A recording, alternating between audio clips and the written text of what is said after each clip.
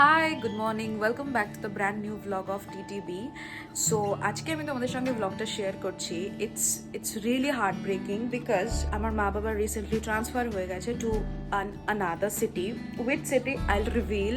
Right now I am at my home and basically আমি ব্লগটা share করতে চাই এই জন্য কারণ এই বাড়িটা যবে থেকে তৈরি হয়েছে তবে থেকে এই বাড়িটা আমি এখানে আমার বড় হওয়া বেড়ে ওঠা স্কুল লাইফ শেষ হওয়া কলেজ জীবন শেষ হওয়া ইউনিভার্সিটি জীবন শেষ হওয়া BA then what not actually so এই বাড়ি ছেড়ে মা বাবা এই বয়সে নতুন কোনো শহরে শিফট হচ্ছে সেটা আমার কাছে টেনশনের মানে সব একটা মিক্সড ফিলিংস রাদার তো এই জন্য আমি এই ব্লগটা শেয়ার করতে চাই তোমাদের সঙ্গে অ্যান্ড কী করে আমরা শিফট হচ্ছি বা কী করে ট্রান্সপোর্ট হচ্ছে অ্যান্ড ওভারঅল একটা ব্লগ আমি তোমাদের সঙ্গে শেয়ার করতে চাই আর ইউজুয়ালি আমি এরকম ব্লগ বানাই না বাট আমার মনে হলো যে আমার লাইফের সঙ্গে তোমরাও রিলেট করতে পারবে বলেই আমি শেয়ার করি আমি এই চ্যানেলে ট্রাভেল ব্লগ তোমাদের সঙ্গে শেয়ার করেছি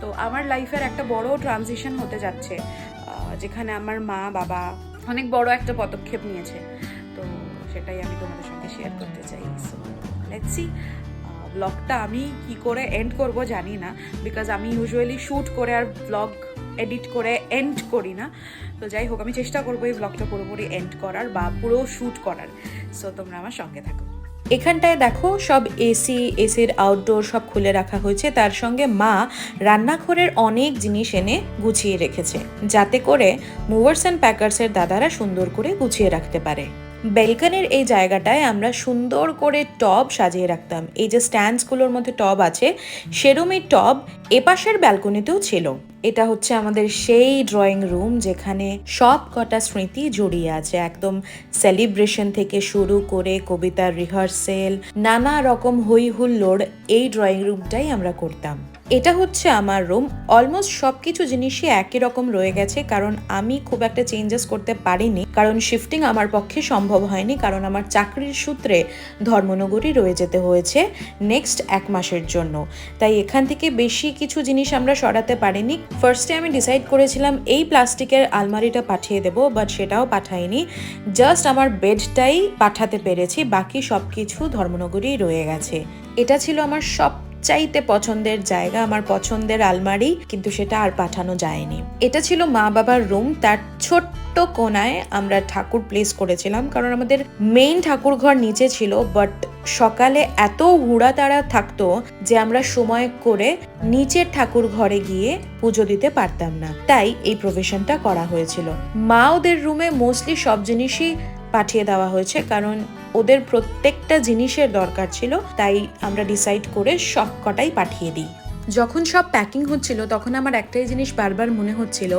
যাদের ট্রান্সফারেবল জব তারা প্রত্যেক বছর বা কিছুটা বছর পর পর এত কষ্ট করে শিফটিং করে না সেটা সত্যিই খুব কষ্টের এই যেমন আমরা কতটা বছর পর শিফটিং করলাম নিজের বাড়ি নিজের ঘর এই যে একটা হোমলি অ্যাটমসফিয়ার সব কিছু ছেড়ে ছুড়ে নতুন করে প্যাকিং করে আবার নতুন করে সংসার তৈরি করা এই ব্যাপারটা যেমন থ্রিলিংয়ের এক্সাইটিংয়ের তার চেয়েও বেশি শারীরিক এবং মানসিক কষ্টের ও হ্যাঁ গল্প করতে করতে একটা জিনিস তোমাদেরকে বলাই হয়নি এই যে আমি ফ্রিজ ম্যাগনেটগুলো খুলছি এই সব কটা ফ্রিজ ম্যাগনেট আমি বিভিন্ন জায়গা থেকে কালেক্ট করেছি আর আমার একটা হবি হচ্ছে ফ্রিজ ম্যাগনেট কালেক্ট করা কেননা খুব ছোট থাকতে আমাকে বাবা ফিলাটেলি এক্সিবিশনের জন্য তৈরি করত মানে আমি সারা বছর ধরে স্ট্যাম্প সংগ্রহ করতাম আর সেই স্ট্যাম্প কালেকশন দিয়েই ফিলাটেলি এক্সিবিশনে আমি পার্ট নিতাম এখন তো আর সেটা হয় না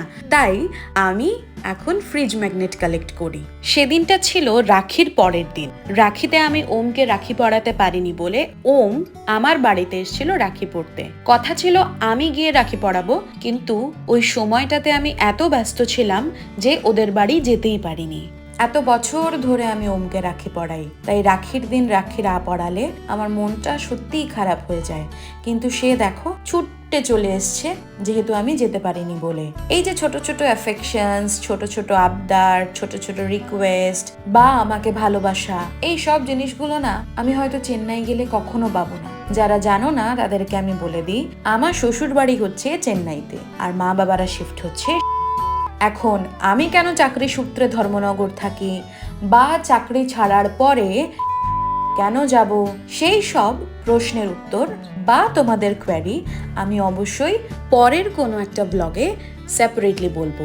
কারণ তোমরা অনেকেই আমাকে জিজ্ঞেস করো যে আমি দ্যাট তামিল বউ এই নামটা কেন রেখেছি আমার চ্যানেলে। সেটারও নিশ্চয়ই একটা বড় কারণ আছে, সেটাই আমি তোমাদের সঙ্গে পুরোপুরিভাবে শেয়ার করব।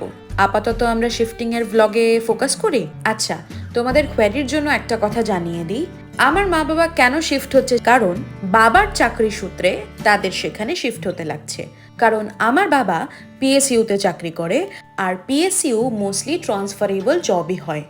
ইউজুয়ালি বাবাদের 3 বছর পর পর ট্রান্সফার হতে হয়, কিন্তু ট্রান্সফার হলেও আমরা শিফটিংয়ের ডিসিশন কখনোই নিইনি, কিন্তু এবার আমাদের সেটা নিতেই হয়েছে। যারা এক জায়গা থেকে অন্য জায়গায় ট্রান্সফার হয় তারা মোস্টলি মুভার্স অ্যান্ড প্যাকার্সের সার্ভিসে অ্যাভেইল করে, তো আমরাও সেটাই করেছি। এবং তাদের ব্যবহার থেকে শুরু করে তাদের কাজ এতখানি ভালো, যেটা সত্যিই প্রশংসনীয়। ওরা এত অর্গানাইজড ওয়েতে আর খুব যত্ন সহকারে সবকিছু করেছে, আমরা খুব স্যাটিসফাইড। এখানে আমার জেঠু চলে এসছেন সবকিছু দেখার জন্য, কারণ জেঠু হচ্ছেন এমন একটা মানুষ যে আমাদের দুঃখে সুখে সব সময়েরই চলার সাথে। এই যেমন ধরুন আমি একা থাকি, তখন প্রত্যেকটা প্রবলেমের সলিউশন একমাত্র হচ্ছে জেঠু। জল চাই, জেঠু ফোন করে জল আনালো। মাকড়সা ভয় পাচ্ছি, তো মাকড়সা মারতে জেঠু চলে এলো। কারেন্ট চলে গেছে, জেঠু কখন কারেন্ট আসবে, এই সব প্রশ্নের বান একমাত্র জেঠুই গ্রহণ করেন। এই দেখো, গল্প করতে করতে আসল কথাটা বলতেই ভুলে গেলাম। এই যে তোমাদেরকে একটু আগে বললাম না, আমার এই মিররের আলমারিটা খুব পছন্দের, আর এই এরিয়াটাও আমার খুব পছন্দের আমার ঘরের। তবে লাস্ট মিনিট আমি ডিসিশন নিলাম যে এই আলমারির যত কাপড় এবং শাড়ি রয়েছে সব কটা আমি মা ওদের সঙ্গে পাঠিয়ে দেব। শুধু শাড়ি নয়, এখানে আমার প্রচুর রকমের ব্যাগ রয়েছে। ব্যাগ, শাড়ি আর বাকি সব ড্রেসেসগুলো আমি মা ওদের সঙ্গে পাঠিয়ে দেব। ইতিমধ্যেই মা ওদের রুমটা পুরো খালি হয়ে গেছে। এই যে তোমরা লেফট সাইডে আলমারিটা দেখছো, সেটা আর শিফট করা যায়নি, কোনো একটা কারণে সেটা মুভই করা যাচ্ছিল না। দেখতে দেখতে পুরো ঘরটাই আস্তে আস্তে ফাঁকা হয়ে যাচ্ছে। এই যে ড্রয়িং রুমটা ফাঁকা হয়ে গেল, মা ওদের বেডরুমটা ফাঁকা হয়ে গেল। তবে এই যে তোমরা দেখছো ওয়াল হ্যাঙ্গিংস গুলো, এইগুলো আর আমরা খুলে নিচ্ছি না। রান্নাঘরটাও দেখতে দেখতে ফাঁকাই হয়ে গেছে। মোস্টলি সব জিনিসই খুলে নেওয়া হয়েছে, অল্প কিছু আমার জন্য রাখা হয়েছে, যেহেতু আমি 1 মাস সেখানেই থাকবো। এই হচ্ছে আমার খুব পছন্দের একটা ঘর, কারণ আমার পুরো দিন যাপন এখানেই হতো। এখানে আমার স্টুডিও ছিল, আমি এখানে ভিডিও শুট করতাম। কত স্মৃতি একটা বাড়ির ঘরে জড়ানো থাকে, কিন্তু নিমেষেই সব কিছু আস্তে আস্তে বদলে যায়, আর এই বদলটা আমাদের অ্যাকসেপ্ট করতে হয়। সবচাইতে মজার ব্যাপার কি বলতো, এই যে পার্টিকুলার ফুটেজটা আমার মা নিয়েছে। আমি মাকে বলছিলাম যে মা, ব্লগের জন্য কিছু একটা নিতে হবে, তো তুমি কি শ্যুট করতে পারবে? তো মা বলল, ফোনটা দিয়েই দেখ না আমি শ্যুট করতে পারি কিনা। তো ছোট্ট একটা ফুটেজ মাও নিল। আমার ভালো লাগে, আমার মা বাবা সবাই আমাকে খুব হেল্প করে কন্টেন্ট ক্রিয়েশনের জন্য। ইতিমধ্যেই আমরা শিলচরের জন্য রওনা দিয়ে দিয়েছি। আমরা বিকেলই রওনা দিয়েছিলাম, কারণ সব প্যাকিং করতে খুব দেরি হয়ে যায়। তার মধ্যে আমরা কোনো একটা রেলওয়ে ক্রসিংয়ে দাঁড়িয়েছিলাম, আর আমি রিঙ্কু দাদাকে খুব রিকোয়েস্ট করছিলাম কিছু একটা বলার জন্য। আসলে ও খুব কথা বলতে পছন্দ করে, আর কথা বলতে বলতে ওই সময়টাতেই খুব মজার একটা কিছু বলেছিল, যেটা আমার এখন মনে পড়ছে না, তবে বেশ মজার ছিল। তারপরে আমি রিঙ্কু দাদাকে বলি যে প্লিজ তুমি তোমার ইন্ট্রোডাকশনটা ব্লগেই দিয়ে দাও, কিন্তু না, সে তো খুব লাজুক, সে তার মুখই দেখাতে চাইছে না। ওকে মারো মাসিমণি, একটু সামনে আপনার নতুন বাড়ি আইলাম।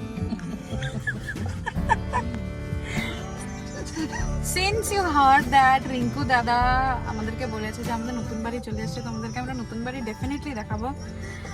আর আমরা যেহেতু most of the time down করি, আর অনলি কৃষ্ণার মতন সারথি হচ্ছে রিঙ্কু দাদা, তো ডেফিনেটলি আমি তোমাদেরকে ওর নাম্বার শেয়ার করে দেবো। যারা ধর্মনগর থাকো তারা হায়ার করতে পারো রিঙ্কু দাদাকে, কারণ he is most trustable, and honest, loyal to his work.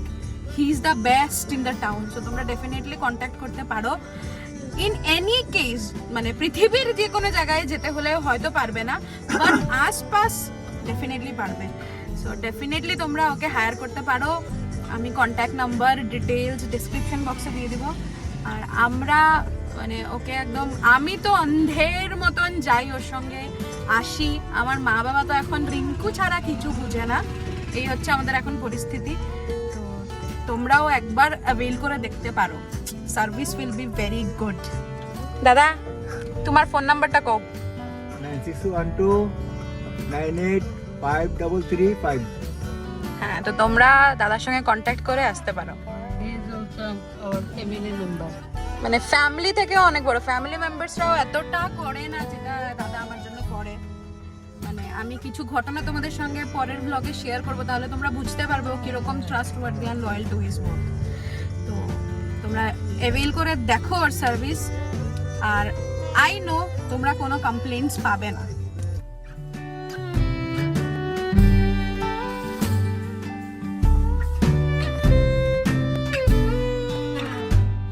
Finally we have reached hour destination. যে ফ্ল্যাটটা আমরা রেন্টেড নিয়েছিলাম সেটাতে আমরা পৌঁছে গেছি। হাই,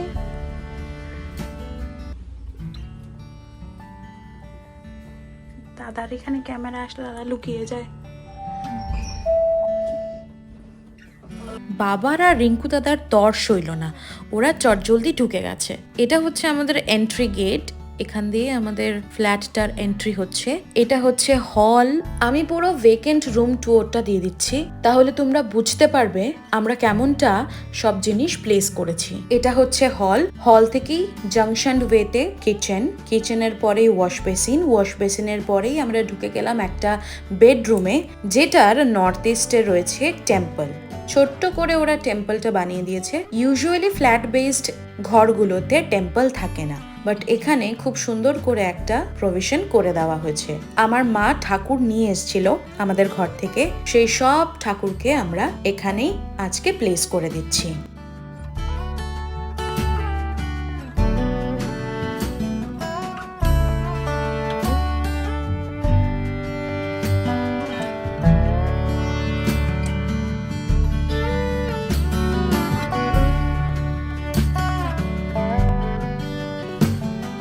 মা মোটামুটি সব ঠাকুরকেই আস্তে আস্তে প্লেস করে দিয়েছে। তবে আমি রুমে ঘুরতে ঘুরতে ভাবছিলাম যে তোমাদের সঙ্গে এই ভেকেন্ট রুম ট্যুরটা পরের ভিডিওতে শেয়ার করব। তো তোমরা একটুখানি ধৈর্য ধরে যাও, নেক্সট ভিডিওতে তোমরা ডেফিনেটলি দেখতে পাবে vacant room tour. Right now we are super tired and আজকের জন্য ব্লগটা এখানেই এন্ড করছি, কারণ ব্লগটা অনেকটাই বড় হয়ে যাবে অ্যান্ড তোমাদের দেখতে ভালো লাগবে না। সো নেক্সট ব্লগে আমি তোমাদের সঙ্গে শেয়ার করব কি করে আমরা হোম সেট আপ করলাম, আর হোম ডেকোরসগুলো আমি তোমাদের সঙ্গে শেয়ার করব।